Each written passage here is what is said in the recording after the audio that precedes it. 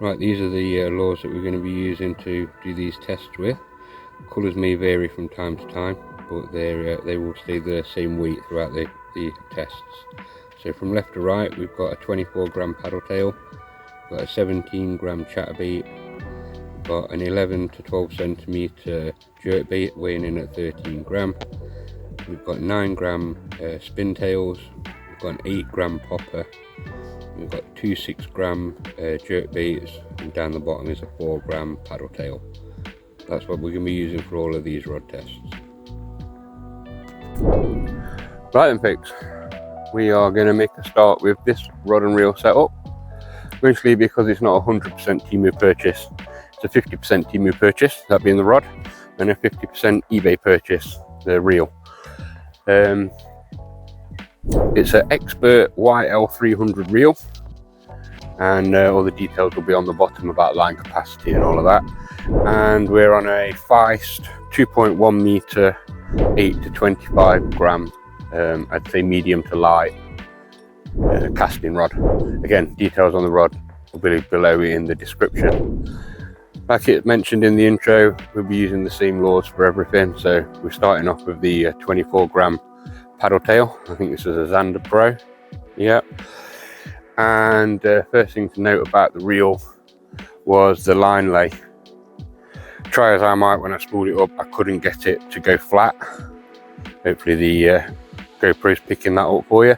But I've also got a photo, I'll put that on now. It's not too bad, but you can see that the line does lay more to the left hand side as you're looking at it. I have used this reel a couple of times already, and it doesn't seem to make that much difference to the casting. So let's give it a go.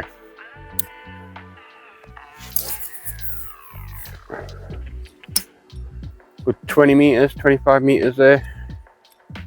I'd planned to do this a little bit further around the corner, where I'd measured the distance on Google Maps as 50 meters, so I had a good gauge of how far we were chucking. But that was more than adequate for a predator fishing session. Remembering most of your predators around the structure at the outside. Yeah, rod's dealing with it. It's a little soft, just on a straight retrieve. I can feel the tail paddling, so I am getting feedback from the rod. That's good. Oh, what's that? What's that? A snag. A snag.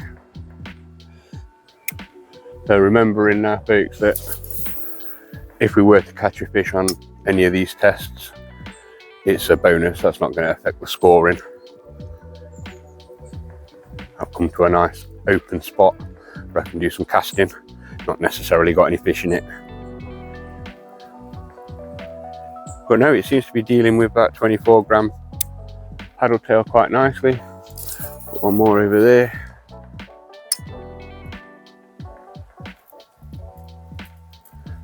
Yeah, you're getting the feedback from it. You know, my bracelets clanking. I'm going to take them off in a minute. You can guarantee that's all the mic's picking up. So it's just nice. I'm going to have one more chuck of it. I keep saying one more chuck, but last chuck, I promise. We're getting a good, like I say, 25-30 meters, no problem. And that's with the reel sort of dialed in to be the most efficient way of not over spooling. I think that was another bit of weed there. So you could loosen it up a little bit and probably get another 10-15 meters out of it. Yeah, bit of weed. Right, change this over down to the 17 gram chatterbait, and we'll see how the rod and reel deal with the lighter weight. And we'll just keep reducing it until we get to a point where it can't cast anymore. This is saying around 8 gram, so should be about halfway down the selection of lures that we've got. So let's get this changed and crack on.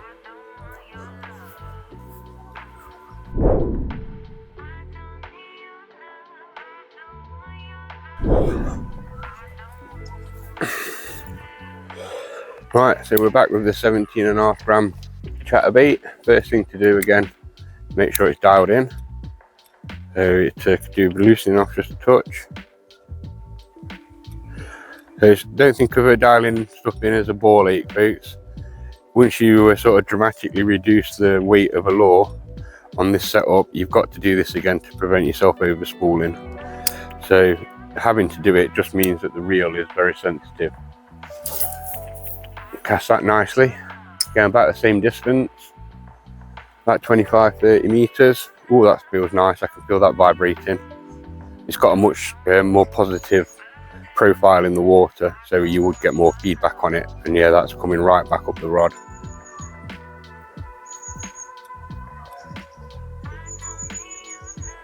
Lovely. We'll go with 5 or 6 casts with each. I'm afraid you won't be seeing any skimming off the top of the water with me. Not mastered that yet. But it's dealing with the chatterbait nice. Good feedback.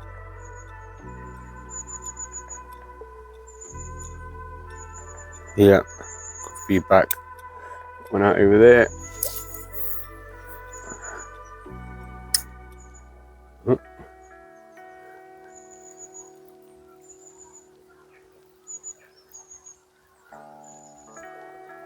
Yeah. Don't know if you can hear the retrieve. That noise is the braid, it's not the reel. I'll do another cast and take it closer. See, the reel is nice and quiet.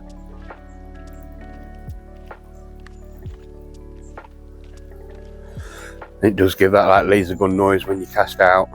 I'm not sure if the microphones are picking that up or not, but that's good. We'll do one more cast with this 17 gram chatterbait,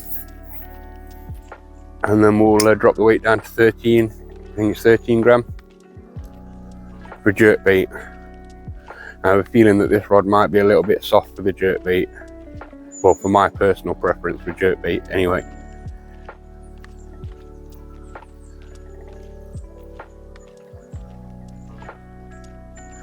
Yeah, so deals with this 17 gram chatterbait, no problem. You should deal with 17 gram of everything else, no problem really as well, shouldn't it? So let's drop the weight and see what happens.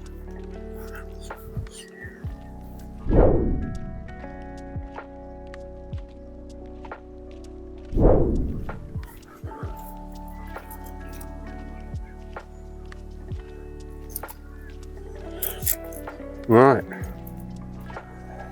so again, drop the weight. We're down to 13 gram jerkbait. This happens to be the Westin one. Dial it in, make sure we're good to chuck. Stop it swinging first. Still wants reducing a little bit.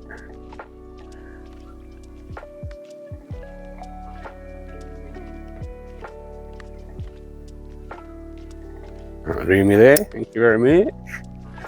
Let's give it a chuck. Oh, nice. Easy, same distance. You've got to remember that this was more aerodynamic than the chatterbait, so there will have been a lot of air resistance when you cast it. Yeah, this feels a bit soft for doing jerkbait fishing with this rod.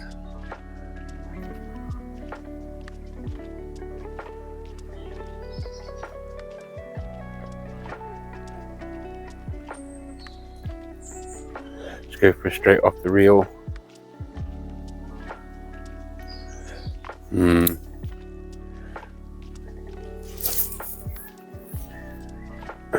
Again, we'll do a straight reel retrieve, see what I can feel. Little kicks, that's all, on a straight retrieve. Not a lot of feedback, but I don't suppose there is a lot really. All that's doing is wobbling from side to side as it's going through the water. You're supposed to impart the action into jerk baits, twitch baits and stuff like that. So when I do that, it's the rod's got a fair bit of give in it. Now all three of these lures that we've been looking at, I suppose you could consider light pike lures or big perch lures. So if you was trying to set a hook on a bony pike jaw doing this jerk bait, I'm not sure you're gonna have the power. Works the bait nicely, if you can see that. But I think that's more the design of the jerk bait than the rod, I'll be honest. One more, because we are casting it, and push comes to shove, we could make do. Yeah, no one rod is going to be perfect for everything, so we could make do with this. It's certainly chucking it out, and the reel and the setup's bringing it back. Realistically, that's what we need for lure fishing. There are finer points to it, obviously, but that's pretty much the basics. Cast it out, bring it back in such a way that it entices a bite from a predator. Last one over there, that was good, straight down the side of the trees. You couldn't see that because it's just off camera, but trust me when I tell you, it was an amazing cast. Oh, maybe the chest camera picked it up.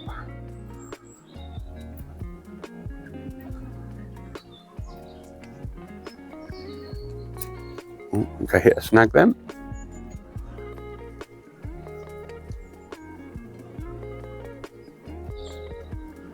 Yeah, certainly cast 13.5 gram, and you can certainly work the lure. So let's drop the weight and see where we end up with it then.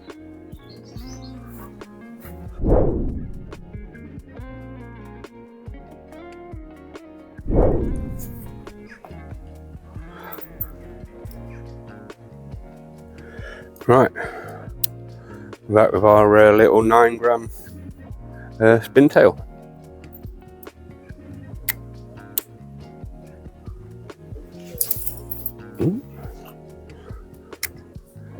That was a little shorter cast, but I know why. I didn't dial it in first, so it was casting thinking it was chucking 13 gram. Feels nice coming back though. Let's just dial that back in. There we go. Excuse me. Nice, a bit whippy.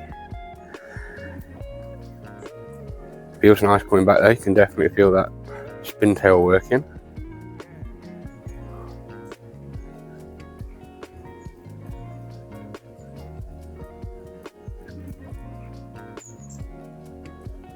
Yeah, no problems there. Bit of a short cast there, powered that into the water. Reel didn't overrun though, which is a good sign. Generally where most of your overruns come from, you chuck them too hard, or it falls short, or you catch a bit of vegetation on the flick out there. That slows the lure down, but obviously not the reel. It's all right. You certainly can fish 9 gram spin tails with it. It feels lovely. No problem. So this is 1 gram above its minimum cast weight.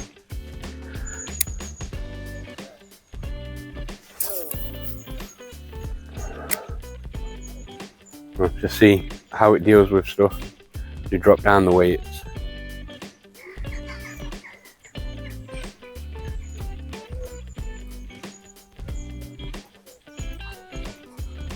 So yeah, no problem with that. Other than it tangling up on itself, but that's not the rod or reel's fault. These things are terrible for that. Right, let's drop the weight again, see how it deals with it.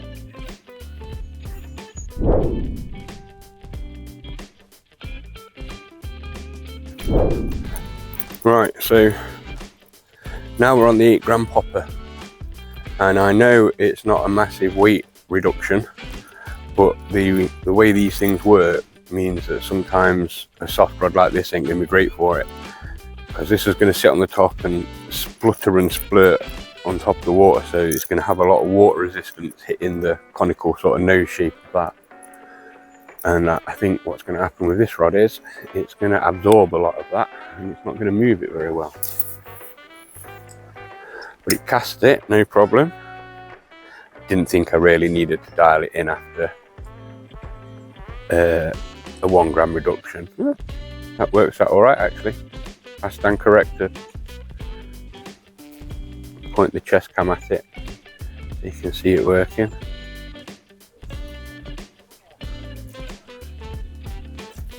The idea with these is you're trying to emulate bait fish, right, bolting from a different predator, which obviously then catches the attention of a predator nearby.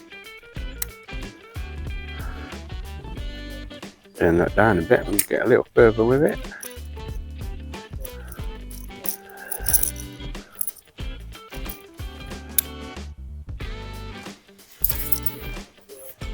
Yeah. So the answer to the question, can you surface fish with a popper on it, is yes, you can. It actually does it quite nicely.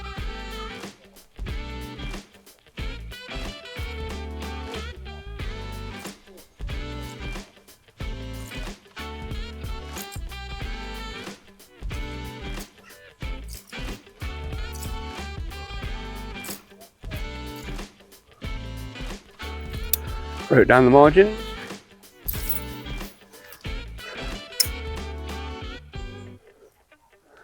That'll be our last chuck with this one. It's proved its point. It can definitely do it.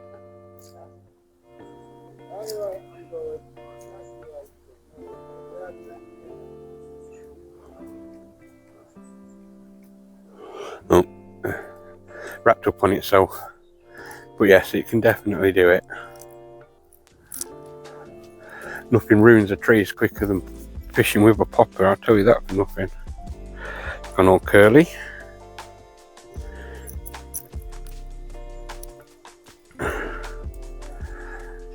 Right, let's drop the weight, see how it works.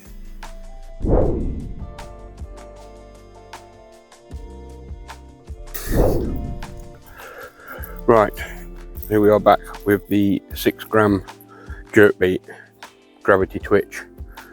So this is more akin to perch fishing size. The other one you might argue would be a light, small pike lure, big perch lure like I mentioned. But this should be able to catch your little stripers. I think it'll probably work this quite well because it's not as big as the other twitch bait, so we should get quite a bit of feedback. Dial it in first.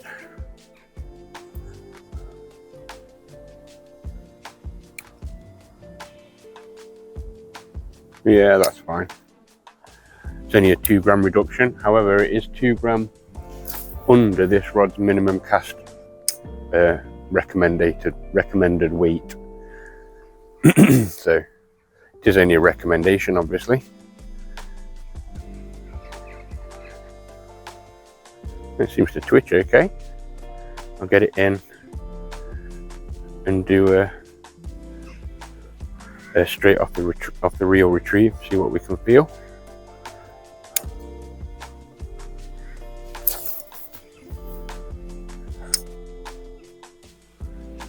Straight off the reel, yeah. Oh, that's definitely worth a chuck over there. Whatever that was has just nailed some fish. Go on, lad, get out there. Oh no, that went totally the wrong way. That's the trouble with a light lure. You struggle with accuracy sometimes. The rod's not loading up the weight of it properly. More direct. Nope, not got the right lure on for that.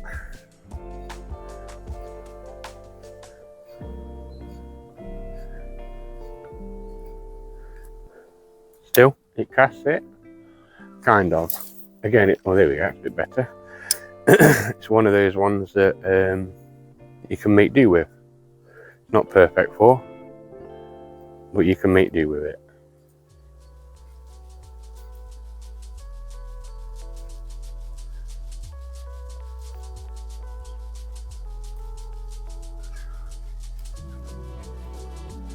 So yeah, we can cast a 6 gram twitch bait. I'm not going to drop the weight any lower on that because we were struggling with that one, so I can pretty much guarantee it's not going to cast excuse me, it's not going to cast the 4 gram little micro one. We are kind of stepping into BFS territory there with that, so we'll call an end to the casting test with that.